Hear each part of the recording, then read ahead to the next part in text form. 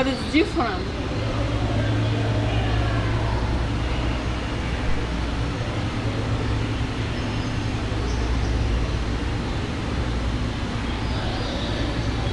Baby, baby, baby, look. Looks like a dog. Look. See the turtle? Yeah, turtle. Yeah, but those one, what is this? If you look up, it's turtle. This one probably from Florida. I saw them in Blue Springs. Oh, look, look. Those, oh my gosh, they're so huge, unbelievable.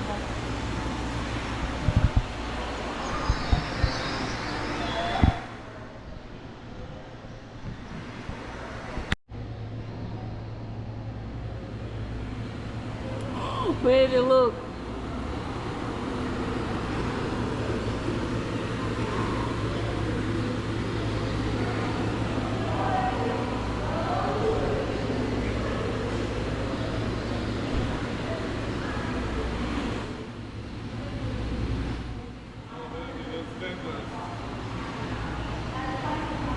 It's electric anyway. Look at his face. Look how beautiful the fin goes. See? He can kill you, you know that. How? Electric current? So pretty. I don't think that's what I eat in Chinese restaurant. Do you remember I used to eat meat? Don't eat meat anymore, but remember I used to like it. That's probably what I ate. Oh wow, look at this, like a huge snake, baby.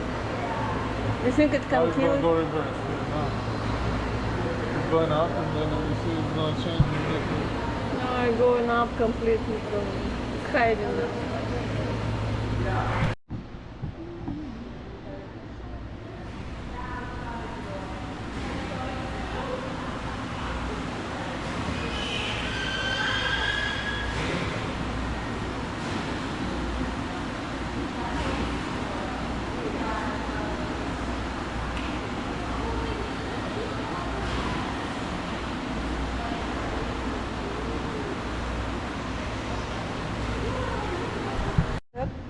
Excuse me, fingers wrapped around. You want to put one piece of fish in at a time. You want it to face up like a candle. So their mouth is underneath their body. This will make it easier for them to take it off your hand. You're going to put your hand down about elbow deep. They'll swim over your hand and take it. It'll feel like a little vacuum cleaner. Oh no, they will come. Yes, and then when you're done, if you'd like to pet them, it's 2 fingers nice and gentle on the tops of their backs.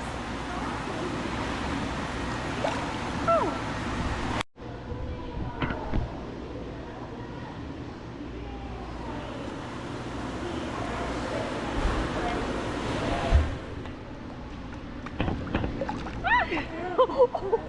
Oh my gosh. Oh my gosh, it's so smooth. Oh.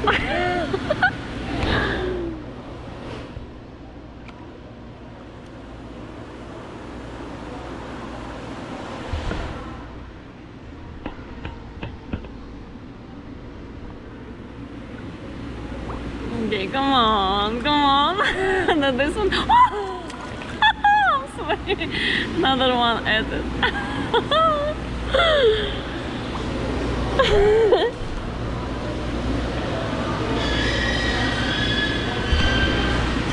All right, who is here? Oh, here, yeah. Oh my god.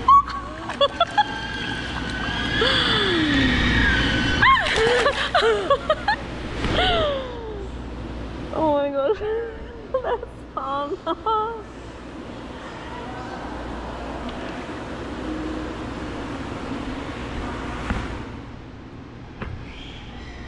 Here.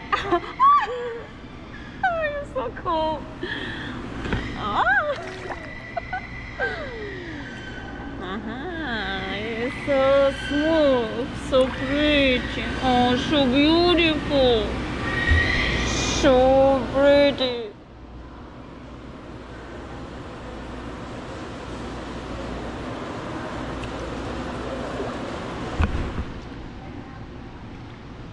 Here you go.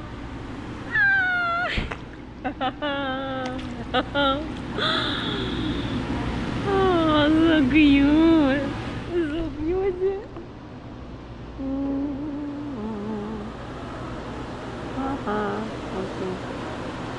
Last one. Here. Last one.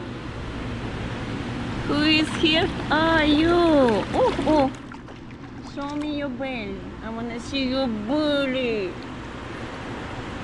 You're so pretty. You're so pretty. I don't have anything anymore. Wow, you guys so cool. Oh, show me your belly. Look at this. Oh my gosh, a smiling face. Smiling face. Look at the smiling face.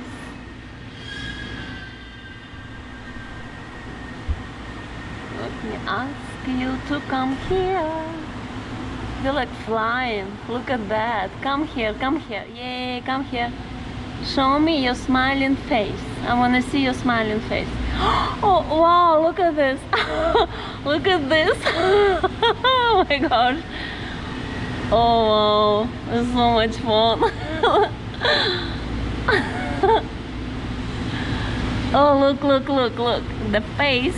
A smiling face. Guys. Oh, I'm so sorry. I'm just wanna pet you. I don't have a food anymore, but you're so pretty. Ooh.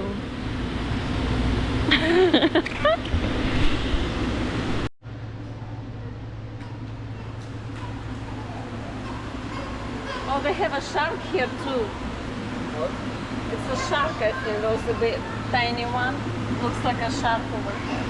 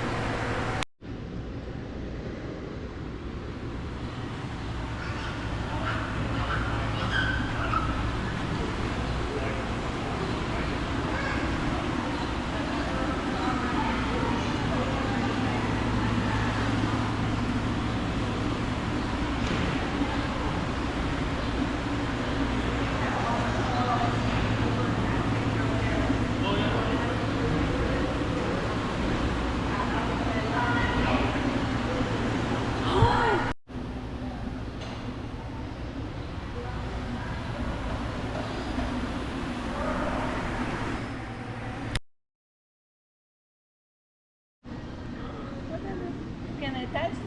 Yeah, so you're going to need to rinse your hands again.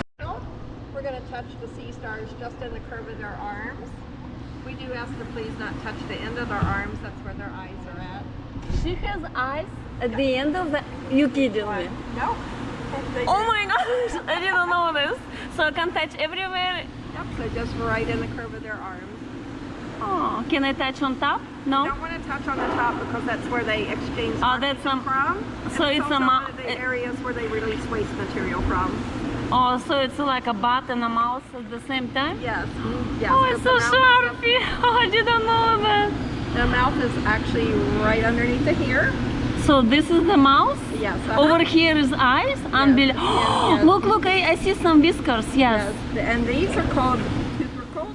Uh-huh. They use those to move around with when they want to move.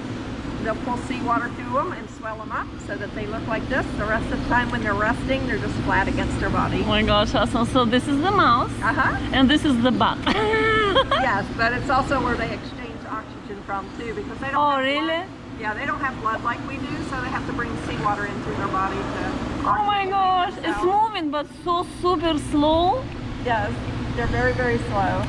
Oh my gosh, what is here? Oh, it's so pretty. Yes, that's a So chocolate chip same sea star. same fin? Yes ma'am, right in the same spot. Oh, you're so cute. Can I see what she looks exactly like those one? No? Yeah, this one's a chocolate chip, and this one is a salt and pepper cushion. Oh, it's a different, Yeah, like different a. species.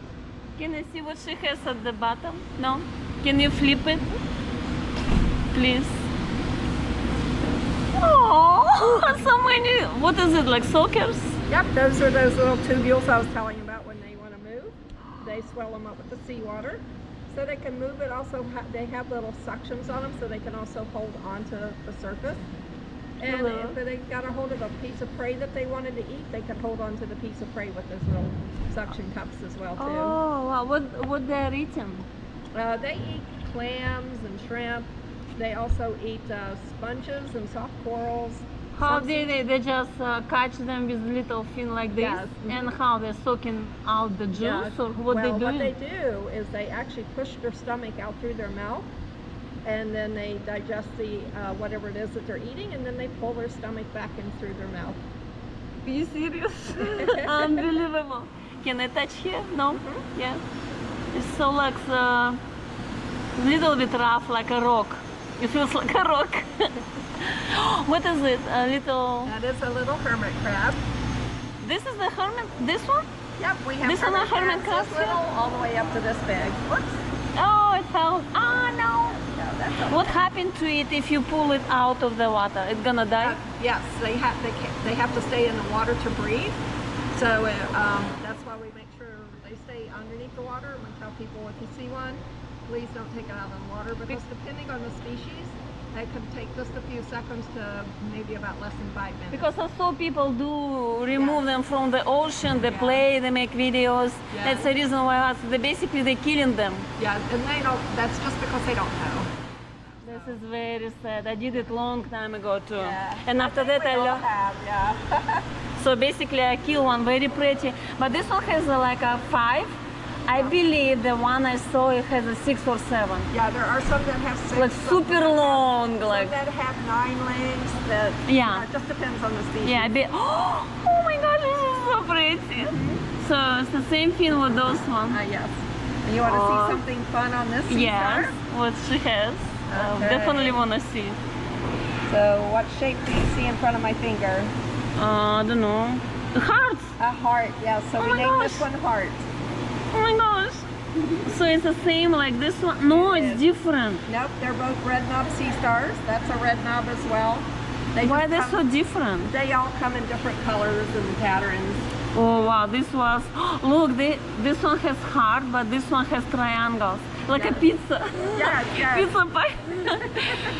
Can I touch those sharp, Yes, you can. sharp You put stuff? your finger right next to the body and hold it still, and it'll give your finger a gentle hug. These are called pencil urchins. Will it hurt me? No? Oh no. Oh, what can happen if someone step on it? It's moving super Yeah, slow. These don't hurt you like the spiny urchins. These are just kind of dull. But Yeah, if you like that, still ball step on it, it's gonna hurt. A little bit, yeah. Are they poisonous, the urchins? Certain ones are the ones that we have in here. Are It not. didn't like when it touch and it moves. Look, it's moving. I'm gonna touch this one too. It's moving! What else over here? Oh, who is And this? this one. Oh my gosh, it's something different. It is. This is a green brittle sea star. It's a sea star with long skinny legs. It's going to feel like a gummy bear when you touch it. It's moving, look. Oh, it's so soft. So Open what it is up here. sharpie fin? Can I touch sharpie fin? Yes, they just feel like you're touching the bristles on a brush. Oh wow, look, it's moving Then so I'm going to fast. put him over here so he can move a little bit for you. Unbelievable. This one's super slow, but this one's super Yeah, these are fast. fast. And these stay hidden during the day, and they come out at nighttime. So they're like They're oh, nocturnal, okay. yeah. Wow. Trying to get back Oh, to wow. his house, yeah. And it knows where to go, look. Yes. It knows where you got it. So you pull it from over there to over here and goes back. Yes. Unbelievable. So much fun. So I pet you too. You're so cute. Oh, now it's moving. Look, it feels me. Yeah, put your finger all the way down here next to its body, and All it'll the way hug down? your finger. It will hug Yeah. my finger. I see that. Yes. What it feel? Get full. Oh my gosh! I feel pressure. Why doing this? It's reacting to touch. Oh my gosh! It's hugging my finger completely. Oh, okay, man. Bye. I can't believe that. What? It hugging my finger. What are those little whiskers near the body? What is it? I'm sorry. Look at the brown, light brown fin. That's just where their spines attached to their body. That's the round part of their body. How they eat. I wonder how it's come out from this tiny hole. Oh, they do. They can just put their spines up like this and then just crawl out. Because I'm like, look, it's bigger than this. Yes, yes. So it got here by itself. No one. Yes. You serious? Yeah. It looks like much bigger than the hole is. Yeah. It looks like it's trapped. You'll see them come up on there and they'll pull their spines all the way up like this. Oh, and I go wish I down see in that. and put them back out again.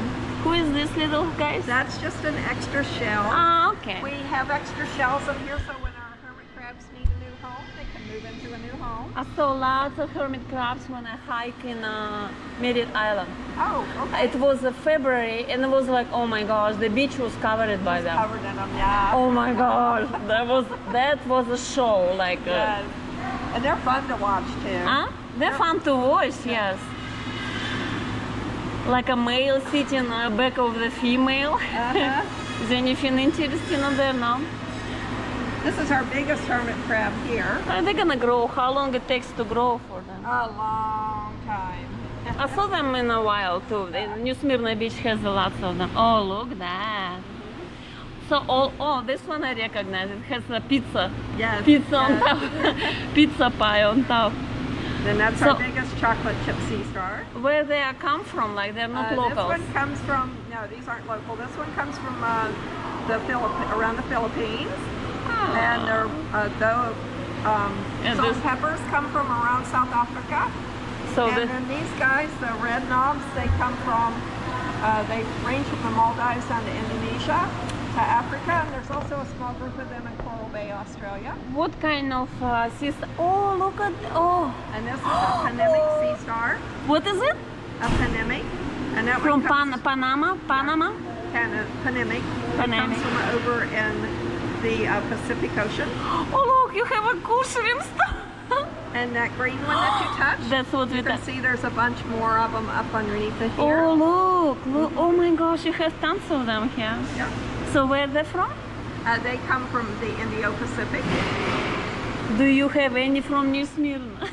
Nobody. We do have, I think, is it still under It's here? hiding somewhere. We have a little Caribbean That's what I brittle saw. star. Yes, that's what I saw when I kayak in Tampa. Only Yeah. it has a more thin. Oh, it doesn't like me. Look. But you can touch it. It's gonna feel a little bit harder than the other one. Oh wow, it's like a rock. Yes. Oh wow. All right. Only this one I'm has gonna a. leave it up like this because it's hooked into this. I don't want to set the rock down on it Yeah, and hurt it. So agree. now it can move itself Now it's gonna move. and do it safely. So only those one I saw has more legs. Yes. They can have more legs. Oh no, these can't have more lakes. These are the ones that are local to our area.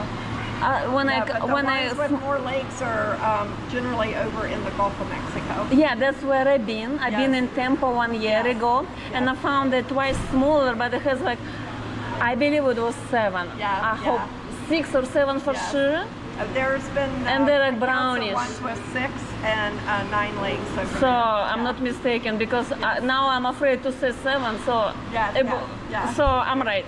Yes. And this one is New Smyrna Beach one. This one is local over here. This is a here. Yeah, It's a come on. Caribbean brittle star, Oh. but it's got 5 legs like the other ones. It's just got its legs buried down in the rock. It's holding on to it. So Awesome.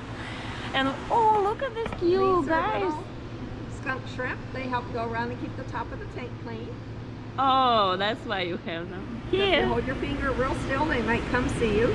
If you try to move towards them, they'll get scared and run away. Maybe they sit on my hand, will they? Maybe. Hold on, I have an idea. I'll be right back. You have an idea. Oh, look, you guys, so cute. Oh, you are so cute. Okay, come sit on my hand. No? Alright, so take your finger and rub it on the fish. Oh, Get the smell okay. of the fish on ya. And put your hand back down there. Okay. Here, it's tasty now. It has whiskers, but it doesn't want. Oh, come here. No? No, it doesn't want to. Oh, this one, Try this one one. of these down here, yeah.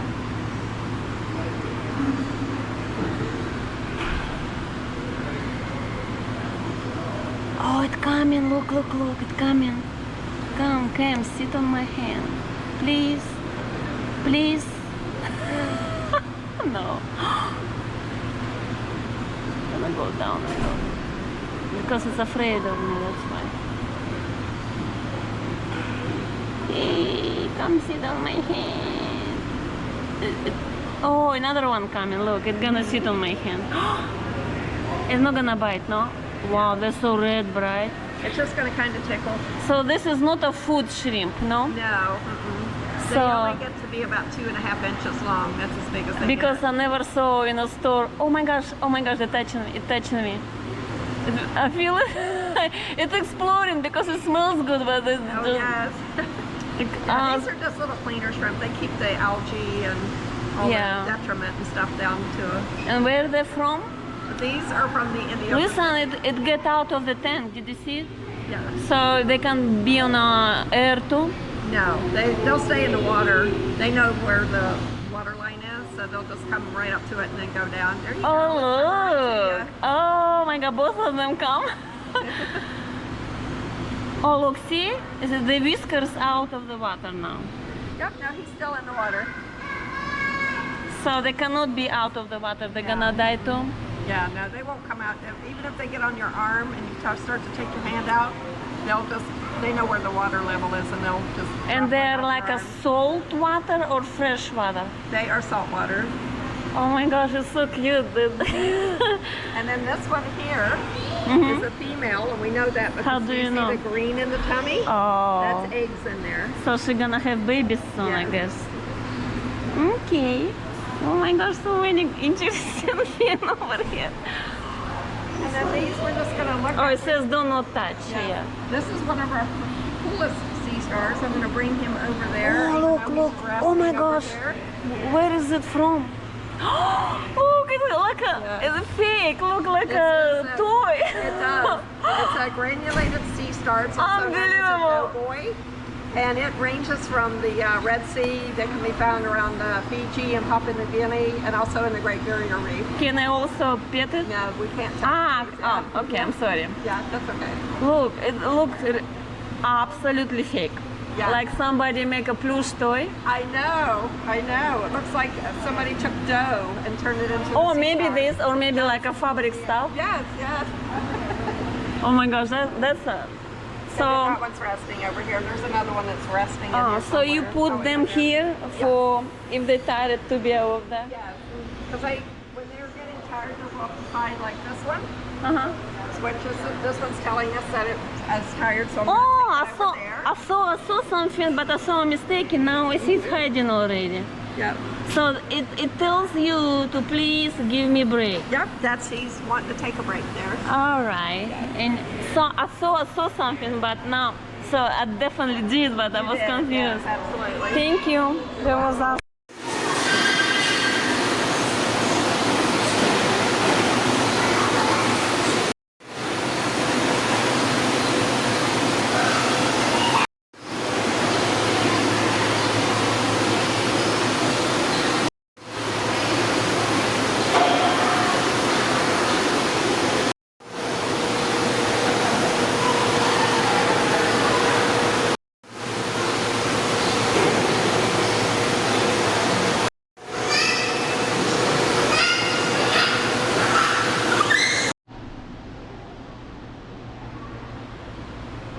Is this real corals or no?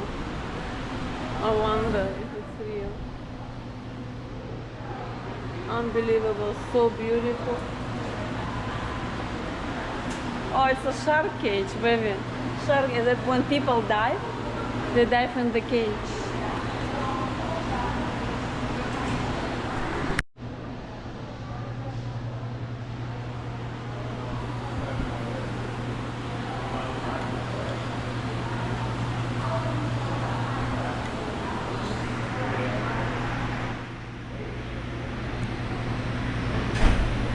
I think that they made a fake coral. So you think it's fake? But it's really pretty. Yeah, you're probably right, baby.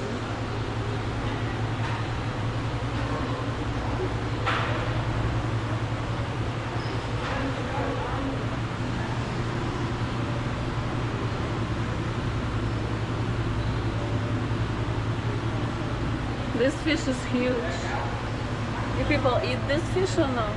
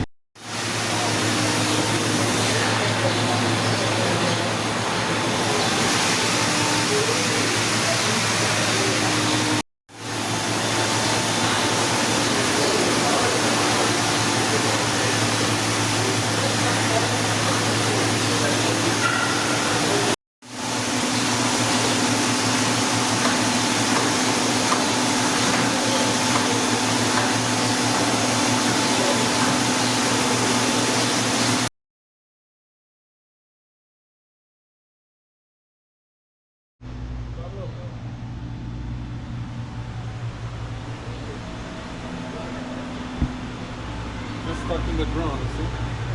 What is this? Oh, my baby is so cute.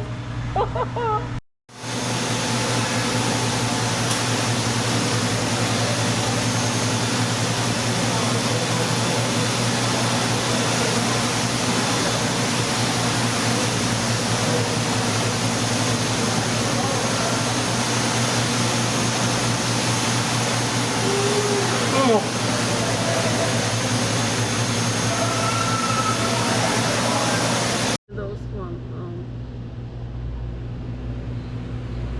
It looks like exactly those one. Like, oh, you see it hiding in the rocks. You see? Yeah.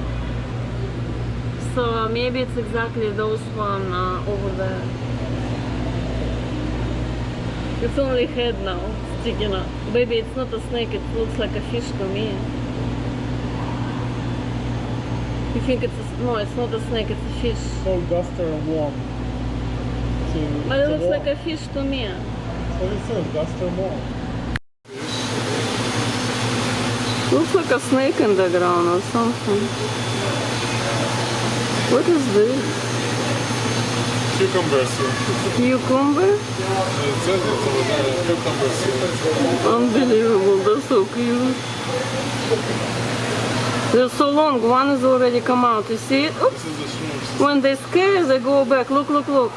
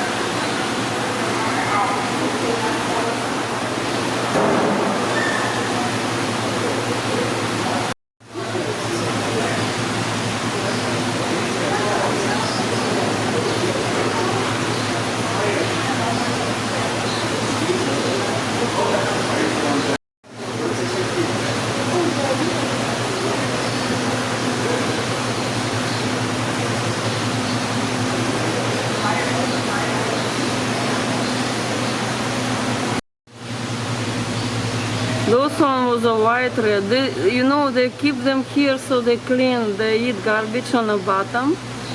That's what lady told me. Look, you see this left? This one? I saw people posting on TikTok and YouTube this fish. It's like really awesome.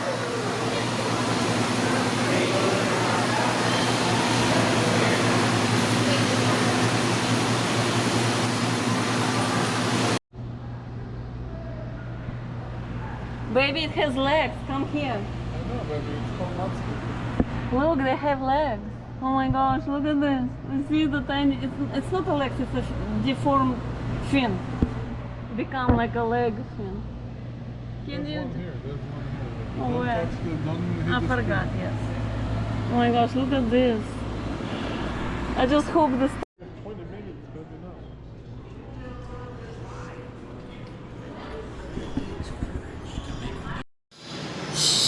Look at me.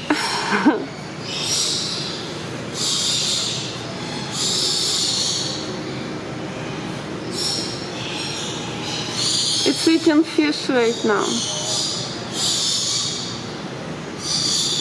Oh my gosh, it's so cute. Now they're eating some.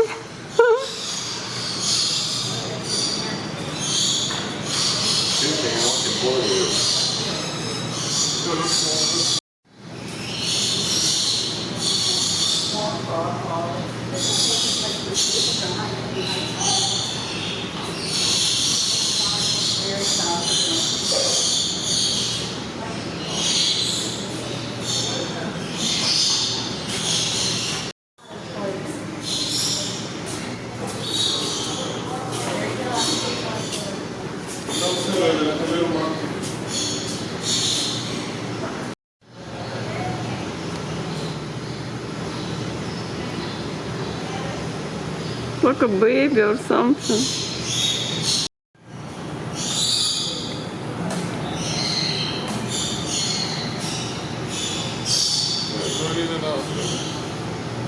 I don't know who is this, but I think it's still monkey.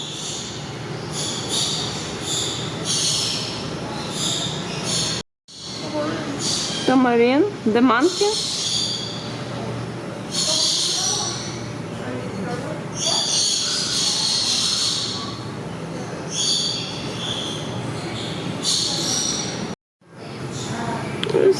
I think they're from Australia or somewhere.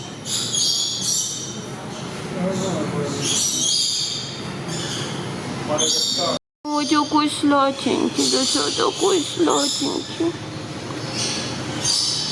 Sweetheart.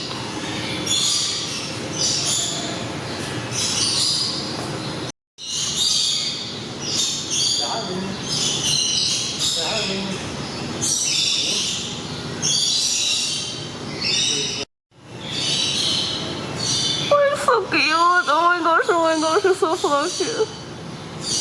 Isn't it, we saw this in Panama, remember in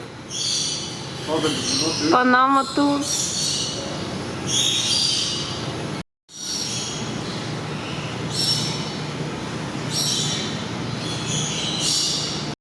One of the mammal keepers here at the aquarium, and with me is my friend Teddy.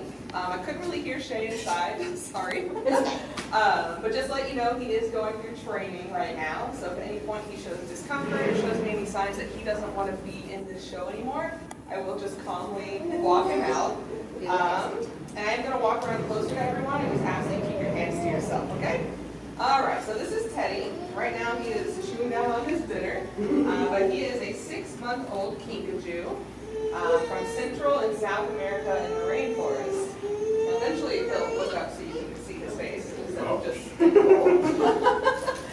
but like I said, Teddy is only 6 months old. They can live to about 20 years old in the wild, and they have the nickname of the honey bear. They have super long tongues. His tongue right now is about 5 inches long, but they can get upwards of 7 to 8 inches long when they're full grown, which he's almost there. And that helps them get into bees' nests to get all the honey out of there. And they absolutely love the honey and fruit. Good job. Are you finished with this?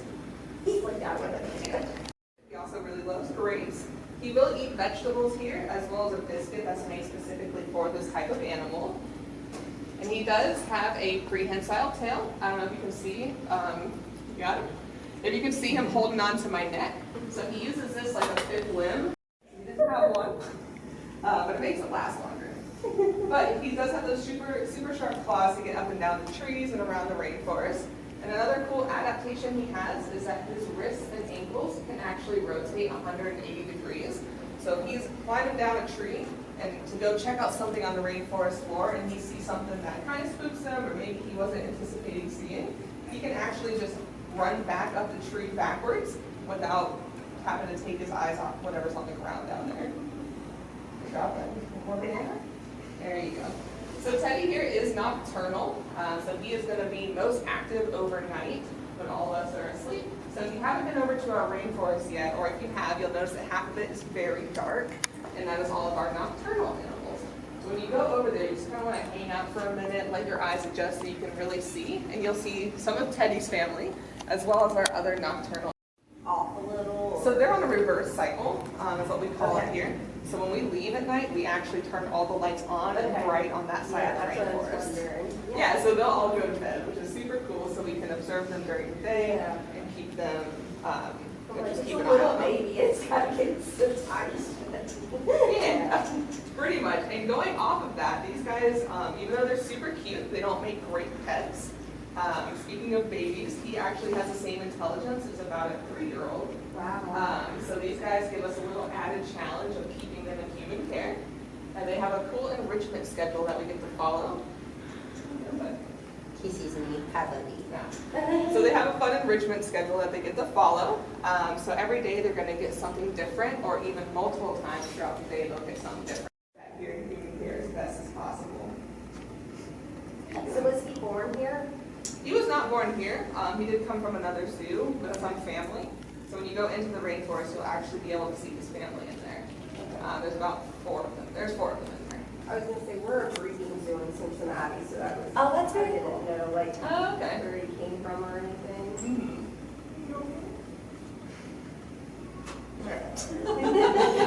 He does get probably. Yeah, I don't see why not. I did, not the kinkajous, but I gave the lemurs cinnamon the other day. And I don't know if you ever tried that cinnamon challenge back when that was Oh, yeah, I remember that. well, they accidentally tried the cinnamon challenge. And they recovered pretty quickly. But it was enough to get their attention. So yeah, I would assume the kinkajous are the same way. I just have never seen them try the cinnamon like the lemurs did. But yeah. Any other questions about Teddy? Alright, well I'm going to end it. I'll be super calm. This is the calmest he's ever. He loves his banana, and that's that once he has his banana. He's like, oh, it's night-night time. Yeah, pretty much. Alright, well if no one has any other questions, we'll go ahead and turn it over. Alrighty. Welcome in. My name is Shay. I'm a part of the reptile team here at the aquarium. Just before we get started, our first animal that we're going to bring out is very new to shows. So we're trying to get him acclimated to being out around people, and we're trying to see what his temperament is like to make sure that it's always positive for things like this. So just with that, we do ask that we try to keep everything kind of as hushed as possible to not make him super skittish. The mammal keeper will kind of explain that whole situation for you, but he has very sensitive eyes and he has very sensitive hearing, so trying to get him acclimated to this has been interesting. He's only been doing it a couple weeks and he's only about 6 months old, so yeah, it's been very cool to try and get him acclimated, but I just wanted to kind of precursor it before we bring him out. The only other thing is, as you can see, I did shut the doors. You're not trapped in here. If at any point you do want to leave, you are more than welcome to. We do ask that you head directly towards the doors and you don't walk across the tile or at us. I will be out walking around with animals as well after she's finished with her animal, and this can up stress levels. So I don't want to be bit today, and so I would ask that we just kind of head right to the doors. Okay, sound good? All right, cool. I will let her know that we are ready to bring out the first one. Here it comes. Hello, That's what I everyone. try to see today, baby. My name is Shelly, and I'm one of the mammal keepers here at the aquarium. And with me is my friend Teddy. I couldn't really hear Shay inside, sorry.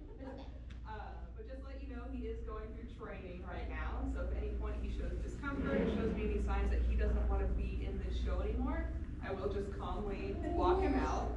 And I am going to walk around closer to everyone and just ask that you keep your hands to yourself, okay? All right, so this is Teddy. Right now he is chewing down on his dinner, but he is a 6-month-old kinkajou from Central and South America in the rainforest. Eventually he'll look up so you can see his face instead of just but like I said, Teddy is only 6 months old. They can live to about 20 years old in the wild and about 30 or 40 years old in human care. So we have Teddy for quite a while here. Does anyone have any guesses as to what he could be related to? Monkey. Monkey? Good guess. Good guess. It doesn't look like Good monkey. guess. I get that guess almost every show. Lemurs, yeah. Yeah, lemur. So he's actually closely related to raccoons. Really? Yeah. So closely related to raccoons, and he does have a couple cool adaptations that I'll try to get him to demonstrate a little bit. Yeah, he found the banana. So these guys do have a really big sweet tooth, and they have the nickname of the honey bear. They have super long tongues. His tongue right now is about 5 inches long, but they can get upwards of 7 to 8 inches long when they're full grown, which he's almost there. And that helps them get into bees' nests to get all the honey out of there. And they absolutely love the honey and fruit. Good job. Are you finished with this? He flipped out with it. Thank you. Alright, so he likes to eat a lot of fruit. Banana is his all-time favorite. He also really loves grapes. He will eat vegetables here, as well as a biscuit that's made specifically for this type of animal. And he does have a prehensile tail. I don't know if you can see. If you can see him holding on to my neck. So he uses this like a fifth limb to get around the rainforest and have extra balance. So it's kind of like a monkey, but again, not related to him. And if you can see, as I'm going around, he has super sharp, long claws that are going to help him get up and down the trees. That's my favorite. He is. I usually freeze his fruit to bring it over here, but this was kind of the last one that he didn't have one, but it makes it last longer. But he does have those super sharp claws to get up and down the trees and around the rainforest. And another cool adaptation he has is that his wrists and ankles can actually rotate 180 degrees. So if he's climbing down a tree and to go check out something on the rainforest floor and he sees something that kind of spooks him or maybe he wasn't anticipating seeing, he can actually just run back up the tree backwards without having to take his eyes off whatever's on the ground down there. Good job, bud. More banana? There you go.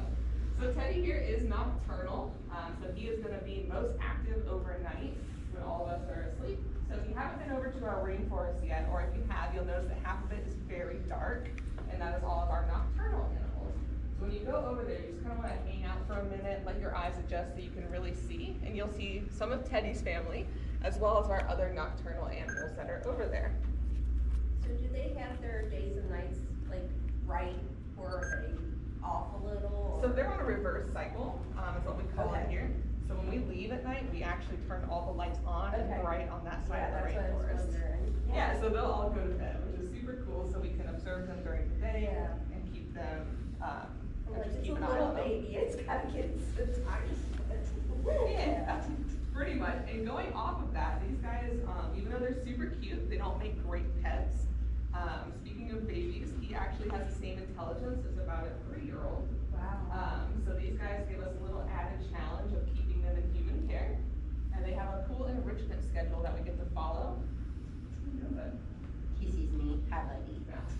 So they have a fun enrichment schedule that they get to follow. So every day they're going to get something different, or even multiple times throughout the day they'll get something different. Now whether that be different food, different music, different scents, different sounds, different smells, every day they're going to get something a little bit different. So today they got, what did we do today? I think they got taco seasoning and cinnamon today. Oh, So just wow. like out in the wild, they would come across different scents and different things. We try to recreate that here in human care as best as possible. So was he born here? He was not born here. He did come from another zoo with some family. So when you go into the rainforest, you'll actually be able to see his family in there. There's about 4 of them. There's 4 of them in there. I was gonna say, we're a breeding zoo in Cincinnati, so that is. Oh, that's very cool. Know, like, Oh, okay. where he came from or anything. Mm-hmm.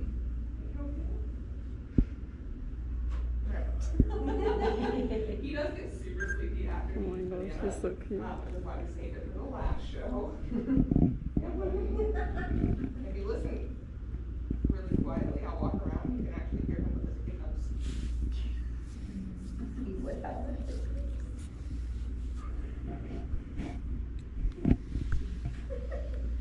It's super cute.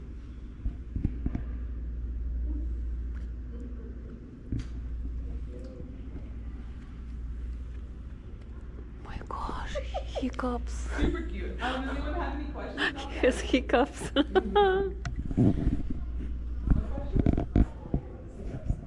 What country they're from?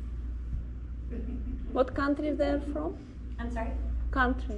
They're from Central and South America, the top part of South America where the dense heavy rainforest is. Like a Panama, no? Ecuador? That's a good question. It's Belize and somewhere South America. Somewhere. Sorry, my life, I'm Somewhere. like, I sort of. It's been a long day. Mostly Amazon, really humid, really dense rainforests. Yeah. Yeah. Oh, look at you, you are so sleepy. Oh. He just ate, that's why he's so sleepy. Literally. Trying to get him acclimated to people has been so exciting because, like, You said you gave him taco seasoning. Can he taste spice? Probably. Yeah, I don't see why not. I did, not the kinkajous, but I gave the lemurs some cinnamon the other day. And I don't know if you ever tried that cinnamon challenge back when that was really popular. Well, they accidentally tried the cinnamon challenge. And they recovered pretty quickly. Pretty rough. Like, now just a little. Yeah, it wasn't much, but it was enough to get their attention.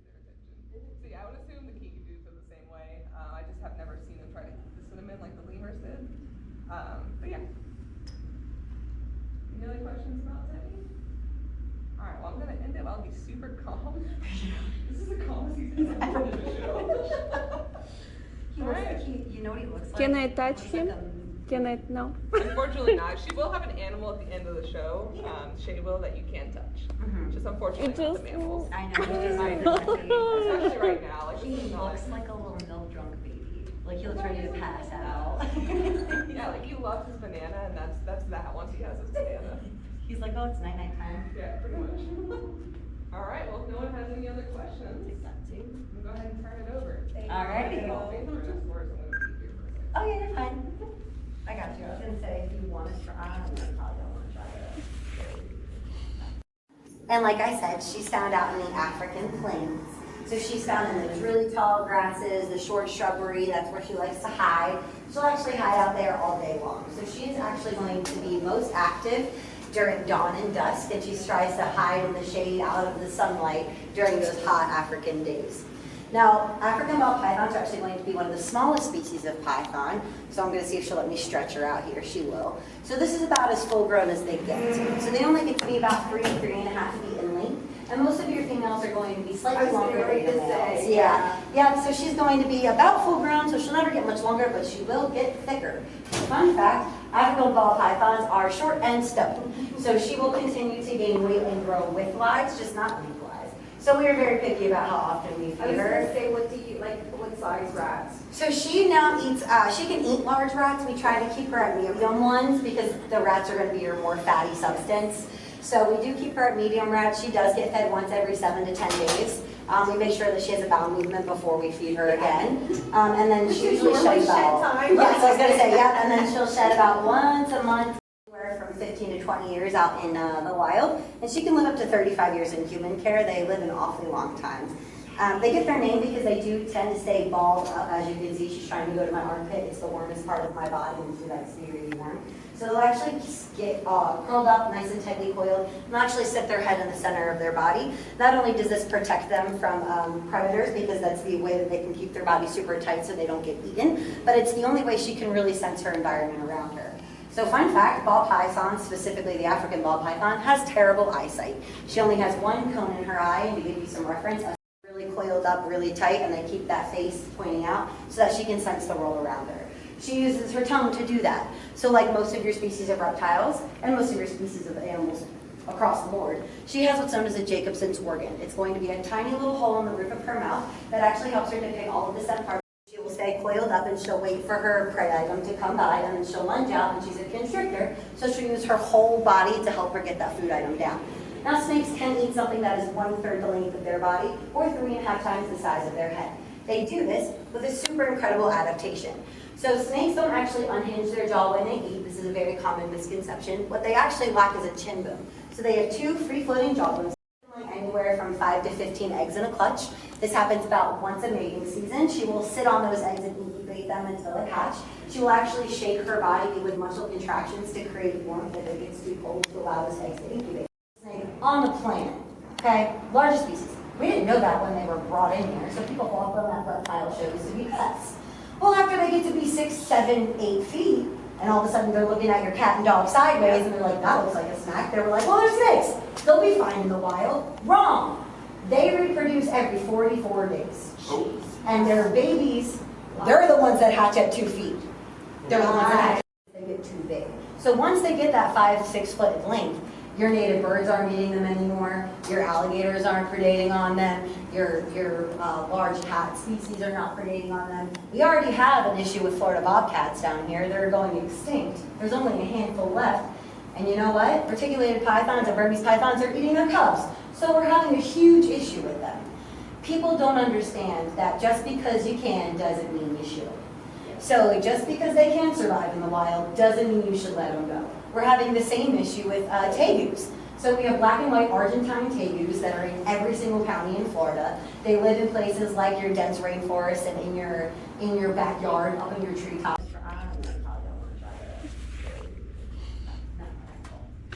Let me know if you need anything. And on that note, I will bring out my animal, who is actually from the African plains. So this is Honey. Yeah. Honey's an African ball python, and like I said, she's found out in the African plains. So she's found in those really tall grasses, the short shrubbery. That's where she likes to hide. She'll actually hide out there all day long. So she's actually going to be most active during dawn and dusk, and she tries to hide in the shade out of the sunlight during those hot African days. Now, African ball pythons are actually going to be one of the smallest species of python, so I'm going to see if she'll let me stretch her out here. She will. So this is about as full grown as they get. So they only get to be about 3.5 feet in length, and most of your females are going to be slightly longer than the males. Yeah, so she's going to be about full grown, so she'll never get much longer, but she will get thicker. So fun fact, African ball pythons are short and stubby, so she will continue to gain weight and grow width-wise, just not length-wise.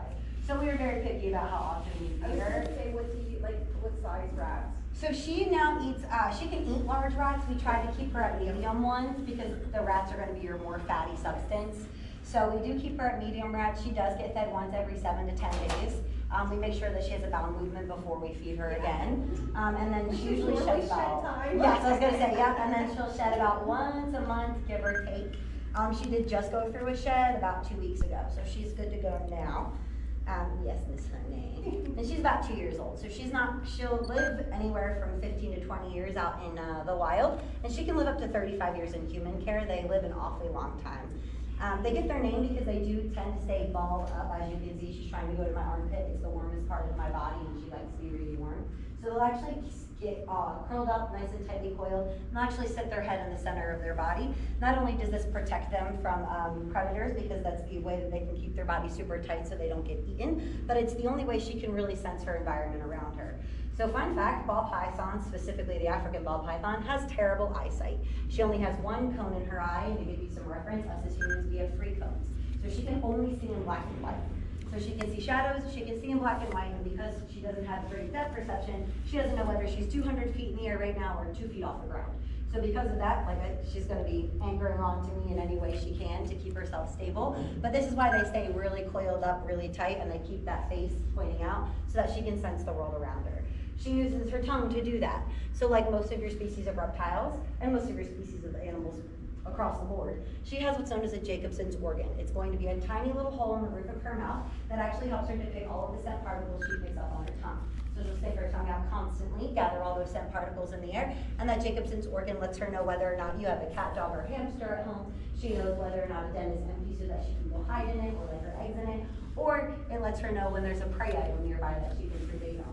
She's going to be what's known as an ambush predator, so she will stay coiled up and she'll wait for her prey item to come by, and then she'll lunge out, and she's a constrictor, so she'll use her whole body to help her get that food item down.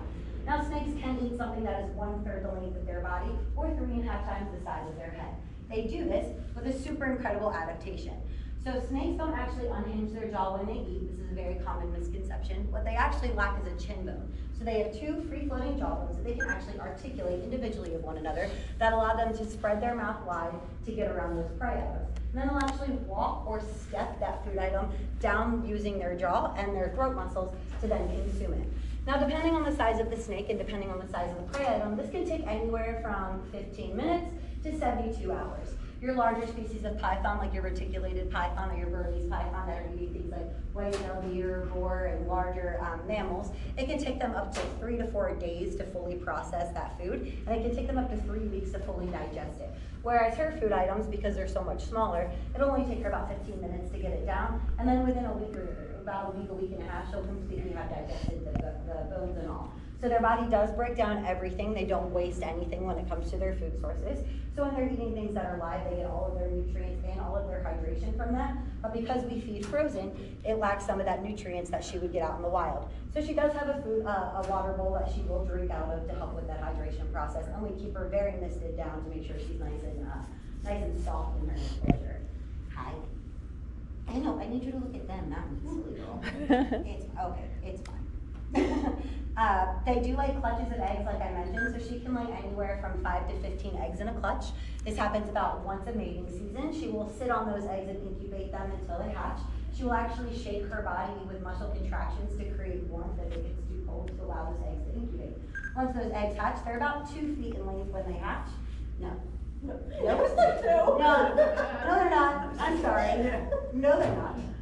Let me start over. They're about 6 inches when they hatch. I don't know where 2 feet came from. They're literally this big. I don't know where that came from. That anyway. But yeah, they're about 6 inches when they hatch, and they're completely independent from the time they hatch, and they usually shed within the first week of them hatching. Now, out in the wild, like I said, she's only about 3.5 feet. So the most common thing to predate on her, what do you think it is? What do you think her number 1 predator is in the wild? Other things? Is a good answer. Humans. Birds. Don't give it away. Yes, it's humans. Rude. You take away my fun. So it is going to be humans. So unfortunately, because the African ball python is such a popular pet in the pet trade, and they're also hunted for their skin and their meat, poachers really love to hunt them down. So they will take them right out of the wild, they will take them right out of their nests, and if a female is gravidous, so before she lays her eggs, they will take her out of the wild and force her to lay those eggs in human care in order to then sell her on the pet trade. So unfortunately, yes, we are the number 1 predator of African ball pythons, especially out in the wild. And when it comes to habitat loss, that's another big reason why they're losing a lot of places where they like to hunt and where they like to lay their eggs. But then the other one is going to be large birds and other snakes and predators, you know. But yes, peace. Now, while I have Miss Honey out, does anybody have any questions for me about her? So the ball pythons that we get from breeders, Yes. are they from? So it is now illegal to import African ball pythons from other countries. So if you already have an established breeding program in the United States and they're bred in the United States, it's fine. But we're no longer shipping them in to help try and mitigate that issue of them being taken out in the wild. Yeah, I have a ball python. No, I have a ball python too. And we have different genes. Yes, I was gonna say, they do have tons of different morphs. Yeah. She looks very basic to what most of your African ball pythons. Normal. Mine is too. She's I best. love her. Trust me, she's great. Chunky little cheeks. I know, they're the best. And that's the thing, like because they're so docile, people love to have them as pets and they don't get very large. They're So like, awesome though. they're She likes to get in pockets and. I carry mine around my neck all the time, so I get it, trust me. But yeah, so it is now illegal to import them from other countries, which super helps with the mitigation issue when it comes to. So whatever's here in the United States, Yep. they can just keep breeding Yep, those. yep. And usually there's permits involved, depending on the state that they're in and where you get them But from. do they originate, like all of them from this? From Africa, yeah, yep. If they're here, it's because they came from a source in the African continent at some point. Are you trying to get to me now? Is this her color like nature color? Yes, yeah, Because so she's not a morph. This is what you would see out in the African. I went to plains. in the spring like I think Reptile Con or something, Mm-hmm. and I was surprised how many colors they had. Like, Yeah, so in especially, man, I think that's my name tag. Thank you. Yeah, especially out when it comes to like the reptile trade, everybody wants something that's flashy and different colored. So there are tons of morphs of African ball pythons. They'll even be able to do like ones that have like different albino traits or yellow traits. It just kind of depends on how they morph them. Mm-hmm. Yeah. but I feel it's artificial, like kind of in only like in somebody who breed them. So they really exist in nature, are like So most of different your colors. morphs, if you can make a morph, it's because it happens in nature somehow. Oh, So really? like your albino ones, your banana ones, your yellow ones, your white ones, those happen very rarely in nature because it's a big neon sign saying, hey, here I am, come eat me. So a lot of times they don't make it to adulthood, but because they do occur in nature, they can occur as a morph in the pet trade Oh. for sure. Would you like to Got meet it. honey? Oh yes. Can I record how I doing this? Oh my gosh, it's so smooth. Okay, You know good. what? Snakes aren't for everybody. Baby, it's so smooth. Okay. Yeah. Yours is Nikki. Mine's Nikki, Mine's yes. name is Kyle, so I get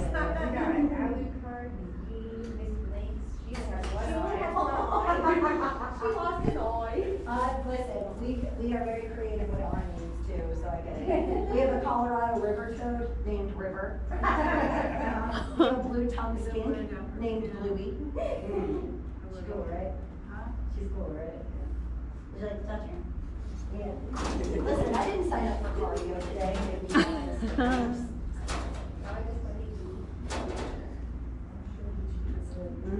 Super cool, right? Would you like to touch her?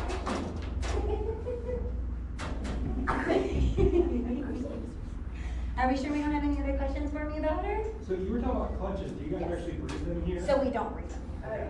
No. So all of our snakes, specifically the ones we use for the education shows, most of them are either going to be rescues or they're going to be confiscated, that they were kind of handed over to us to be educational animals. Yeah. So we do have like restricted species like the reticulated python here that we use for educational purposes only, so they will never be bred because we're trying to not only mitigate the situation, Yeah. but also just to inform people about them. Yeah, so she was a, I want to say a rescue. Technically, she was given to us by somebody who could no longer take care of her, so I call her a rescue. Out there. Yeah. So sad. Yeah, so most of, I would say 96% of the animals we use have all been confiscated or caught and given to us to use for educational purposes. Yeah, so like we have cane toads we use for educational purposes. Those were given to us by FWC. We have some blue-tongued skinks that were recently confiscated because of an illegal breeder, and we now have them. We're trying to rear them up and make them healthy. They were super sick when we got them.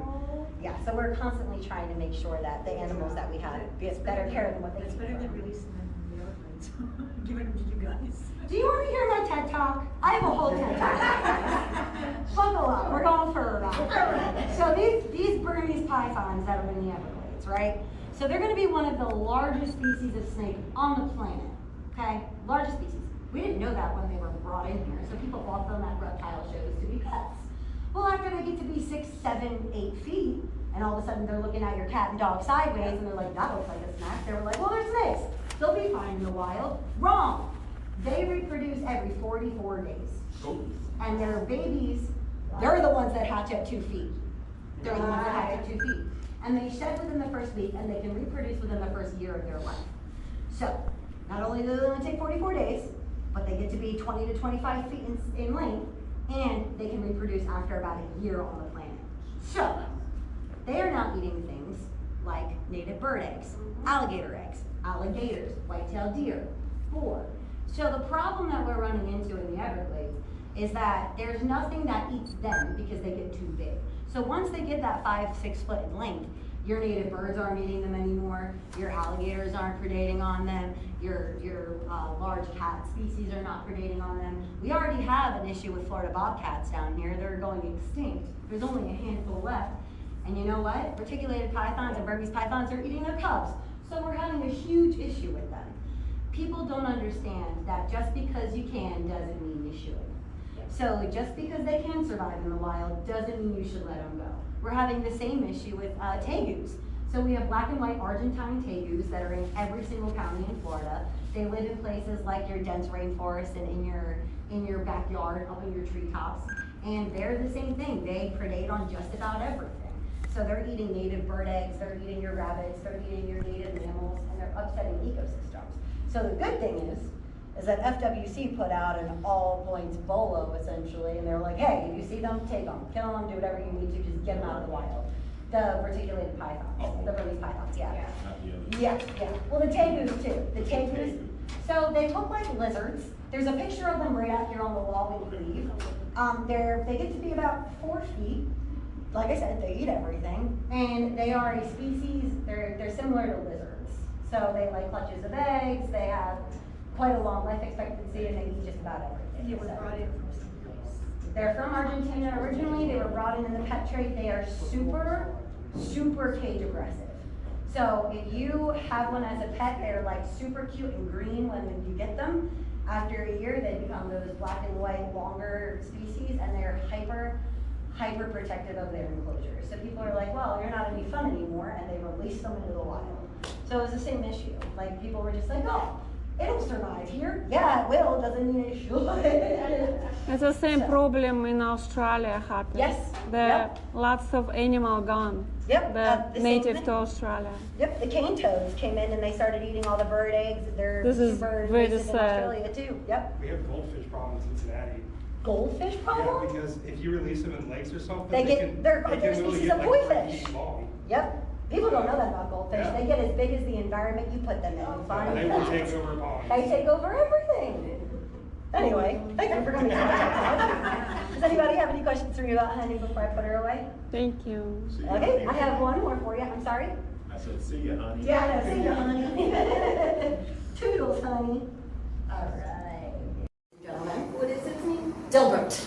And Dilbert is our sulcata tortoise. Would you like to pepper Dilbert? Grassy lands that honey is found in, which is why I use them in the same show. Give me a second. It's so heavy. So, African spurred tortoises get their name from the spurs that are found on the front and back parts of their legs, as well as the 2 giant spurs that are on the front of their shells. Now, the reason they have these spurs is 1, they're in Africa, so they're trying to fight off everything, including each other. And 2, they actually dig. And so, African spurred tortoises can actually dig burrows up to 10 feet underground. So not only does this keep them safe from predators and it keeps them safe from the African keep during the day, but it also means that they're homemakers for other animals. So fun fact about sulcata tortoises, they can actually travel up to 40 miles in a day.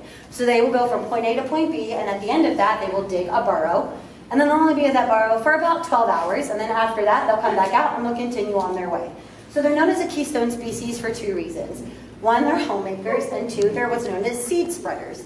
So, okay, I'm working on it. Don't stomp your feet at me.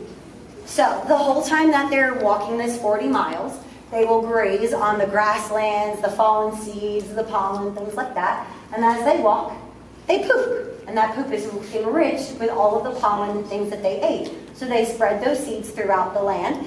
And then they make those burrows, and once they abandon those burrows, things like honey or other mammals or other animals that need to lay eggs or need a home for the night will actually use the empty nest that they leave behind. So that is why they're known as a keystone species. That was taken care of both by Charles Darwin and by Steve Irwin, which I think is just count the rings on a tree to guesstimate how old a tortoise is. So Dilbert here we know is anywhere from about 17 to 22 years old based on the amount of lines that are in his scoops, which is very fascinating. Now we know Dilbert is a male because the bottom part of the shell is actually going to be concave. So most of your male species are going to have a slope or a concave bottom shell. This helps with mating, and your females are actually going to be streamlined and very flat. So this helps with the mounting portion of mating, and Is he full grown? He is not full grown. So they can actually get to be about 30 inches from tip of the shell to the back of the shell. So he's only about in and out is just the worst. But he would stay at the pet store. So Yeah, just make sure you just touch his back. Don't touch his face. But at the pet store, Can I you touch go his and leg? see puddles all the time. Yeah. Oh my gosh, look at this. Look at the spikes. You're so cute. They're so hard, like a wood. How old is it? So we think he's anywhere from like 17 to 22 based on his ring structure. But he could be older than that. He could be younger than that. Is it feel when I touch it? Yeah. Oh yeah, they can feel It everything. has blood vessels. Something? Yeah, so their whole vertebrae, their lungs, everything is encased in this. And because it's made of keratin, it's alive and growing. So yeah, they can feel everything. That's why I hear Sorry, when buddy, we're out of peppers. some people put color on. Yeah, very bad for They them. come there. Very, very bad for them. You don't have anything. Where you on going? you. I'm a wall. Oh my god, you're so awesome. So if his shell gets damaged, it can actually cause him to perish. Yeah. Yeah. Because I saw sometimes cars run over the water turtle. They're gonna die because Every time shit. almost. Yeah. It's your Crocs. Oh, no. All right, here we go. So it's gonna take me a second to get my last friend out because he's quite large and he's quite heavy. And he takes me like, I gotta bend with my knees, it's a whole thing, so. I will grab him out. If the lid is any indicator, he's like the large dragon. I hope it goes dragon. All right. Oh my goodness, okay. You want help lifting it? Stretch it out. Touch the toes. All right. You ready? Yoga. All right, here we go. 1, 2, 3. Oh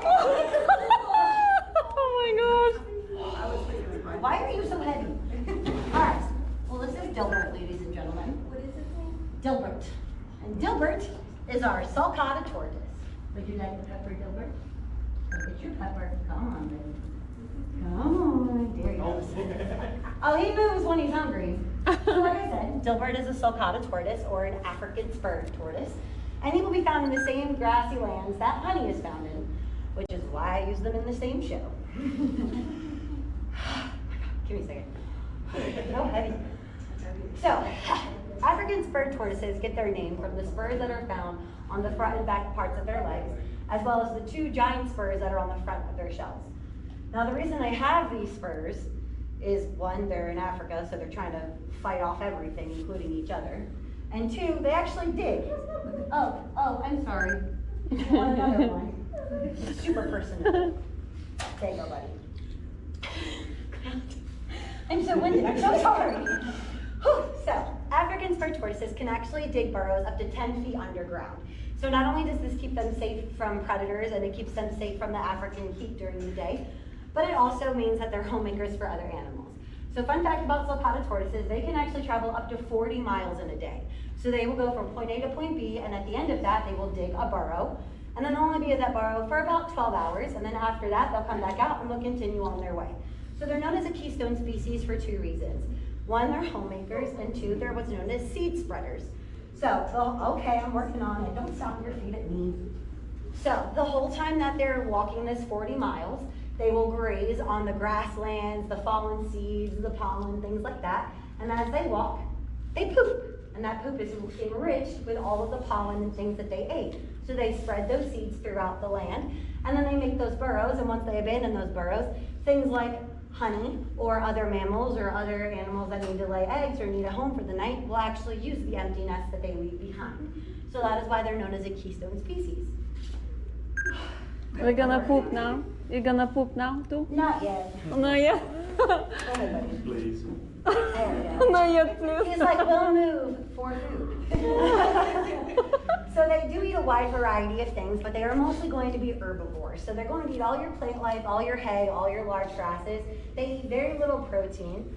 And by very little, I mean like they accidentally might get a cricket when they're eating grassy food. I know. So if you don't wanna move the lawn, so it's good. Yeah, they mow the lawn for you. They It's good for you. Sulcata tortoises can actually live up to 100 years old. So they live an awfully long life, and they make, I'm not supposed to tell you this, but they make really good pets. And the reason for that is because they are very personable, they're very docile, they do actually recognize their owners, so he will actually start to do a little dance when we come in the morning. It's the cutest thing, he shakes its butt, it's adorable. It's adorable. But he does recognize his owners.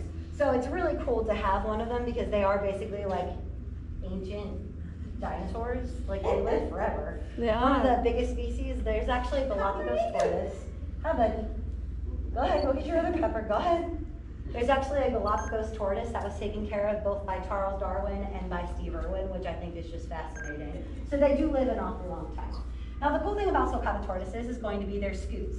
So every turtle and every tortoise has scutes. This is going to be what their shells are made out of.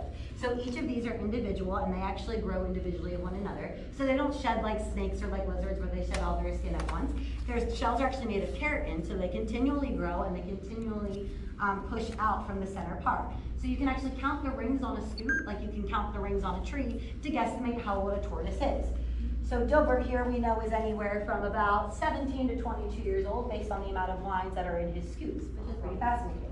Now we know Dilbert is a male because the bottom part of the shell is actually going to be concave. So most of your male species are going to have a slope or a concave bottom shell. This helps with mating, and your females are actually going to be streamlined and very flat. So this helps with the mounting portion of mating and, you know. Is he full grown? He is not full grown. So they can actually get to be about 30 inches from tip of the shell to the back of the shell. So he's only about 24 inches at the time. So he can actually get quite big. He can get bigger. Yeah, he's not full grown and he's not full weight yet. So at full weight, they can get up to 65 pounds. He's only about 45 at the moment. So he's got quite a long way to it. I'm sorry? You better get to the gym. I know, right? Listen, I do work out, believe it or not. I just don't do cardio, okay? No. But yeah, so sulcata tortoises will also lay clutches of eggs. They only do this once a year, and it's usually during the wet season or the rainy season in Africa. And they can lay anywhere from 35 to 55 eggs in a clutch. They will bury those eggs in the sand, much like your sea turtle would do, and they leave them to incubate on their own. And then when they hatch, they're completely independent. I know. Well, no. It's keeping So, you busy. fun fact, yeah, literally. You should see me try to fight this guy. It's crazy. So what's really interesting about sulcata tortoises is they actually don't have any teeth, and they don't have any saliva. So they use their beak to rip and tear, and then they'll actually use throat muscles to help them swallow. So they don't have any saliva to help it get down, and they don't have any teeth to mash. So it takes them a long time to eat things, which is really helpful for me. I'm so busy. You got it, buddy. But yeah, they'll lay clutches of eggs, and those eggs will hatch, and those babies will be independent from the time that they hatch, and they hatch to be about this big around. So out in the wild, fun fact, sulcata tortoises are actually hunted, just like honey is. They take the babies right out of the wild, and then they will take the adults because they're not only hunted for their shells, but they are hunted for their meat. Doesn't he look super tasty, everyone? I would eat him. Just kidding, Dilbert. Are they tasty? No? But they are considered a delicacy. So they're considered a delicacy where they're from. So Oh, that's are what I hunted hear, for. yes. Uh-huh. Yep, and then the babies are taken and they're put in the reptile trade as well. What else is there about you? Fun fact, they can hear. They don't have ear holes. Their ear holes are covered by skin, but they can hear. They can hear anything from 85 to 165 hertz. So they hear really low, really boisterous sounds. So if I were to like high call him or use a whistle, he won't hear me. So usually when we're trying to get his attention, we'll go, dilly, dilly, dilly, dilly, dilly, dilly. And he usually knows that we're calling him. Listen, I told you, Neil's birthday. Come get your pepper, come get your pepper. Also, they have terrible eyesight. So they actually they have zero depth perception. So if you were to stand right in front of him, he would actually tuck into his shell because he can't see anything. So they rely mostly on their sense of smell to get around. So their noses are great. They smell better than you and I do. So this not only helps them find food,